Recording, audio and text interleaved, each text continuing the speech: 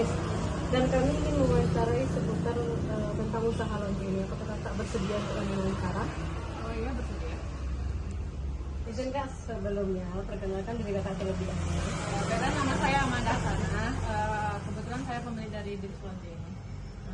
Silakan dulu. Saya Sasabel Zahira, mahasiswa UNI dengan jurusan Sistem Informasi. Di sini saya bertujuan untuk mewawancarai sedikit tentang usaha laundry ini. Apakah kakak bersedia untuk kami wawancara? Iya. Baik, pertanyaan yang ingin saya wawancara itu terkait tentang apa nama usaha laundry ini, Kak? Namanya Birs Laundry. Baik. Di mana lokasi laundry ini, Kak? Lokasinya di Jalan Garuda, Simpang IBS, Kubang Raya. Baik, sudah berdiri sejak kapan ya, Kak? Saya ini berdiri dari 2017, sekitar 8 tahun. Lama ya? Iya. Iya. Apakah di sini ada karyawan dan berapa jumlah karyawan yang?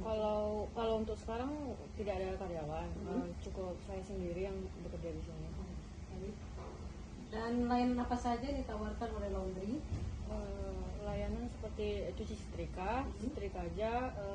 Di sini kita juga ada yang namanya ekspres.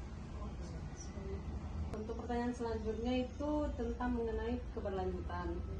Nah, di sini bagaimana usaha laundry ini mengelola air? Di sini kita ada yang namanya mesin air. Mesin air itu kalau udah penuh di atas, dia nanti otomatis berhenti sendiri. Terus bagaimana pengelolaan listrik di sini? Apakah menggunakan lampu hemat energi, pembangkit spesial dan lain-lain?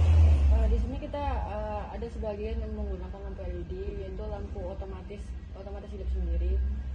Misalnya nanti kalau udah maghrib nanti dia hidup sendiri. Pertanyaan selanjutnya itu bagaimana usaha ini mengelola limbah? Kalau untuk air kita langsung salurkan ke tempat pembuangan air. Tapi kalau untuk plastik, kalau selama plastik itu masih layak dipakai, kita gunakan kembali. Dan selanjutnya bagaimana usaha? Apakah ada inisiatif pengurangan penggunaan plastik di usaha di laundry ini? Kalau untuk pengurangan plastik, kalau customer datang kita selalu menganjurkan untuk memakai tas atau mereka membawa langsung keranjangnya. Karena kan kalau plastik kan kadang kalau kita packing plastik dalamnya nanti kainnya akan kusut lagi. Oh iya.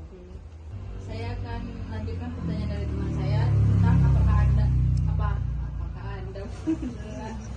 apakah kakak pernah mendengar atau memahami konsep keberlangsungan dalam usaha?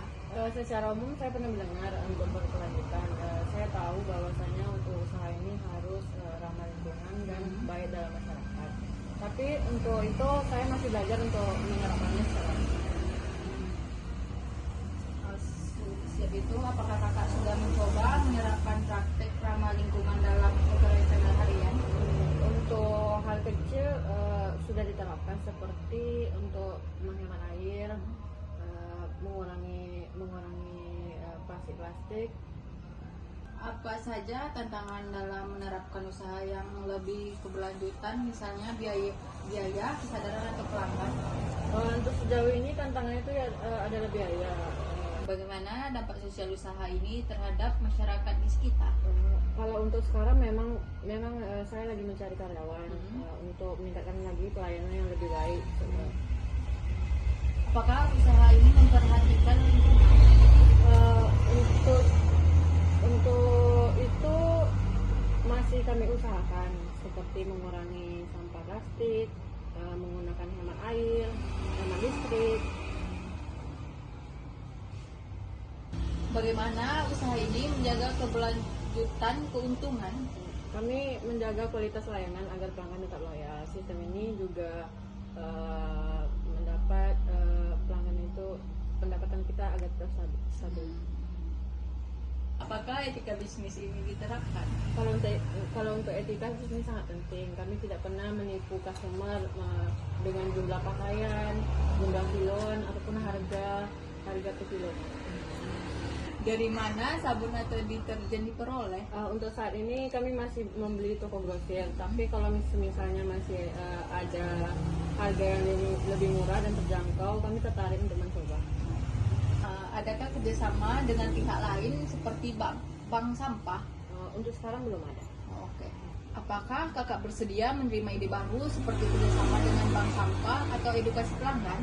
Sangat bersedia. Saya sangat senang untuk belajar lebih lanjut dan memperbaiki usaha saya untuk yang berikutnya. Baiklah, pertanyaan wawancara kami sudah selesai. Terima kasih kesempatan yang telah kakak berikan kepada kami. Saya ucapkan terima kasih. Ya, sama-sama.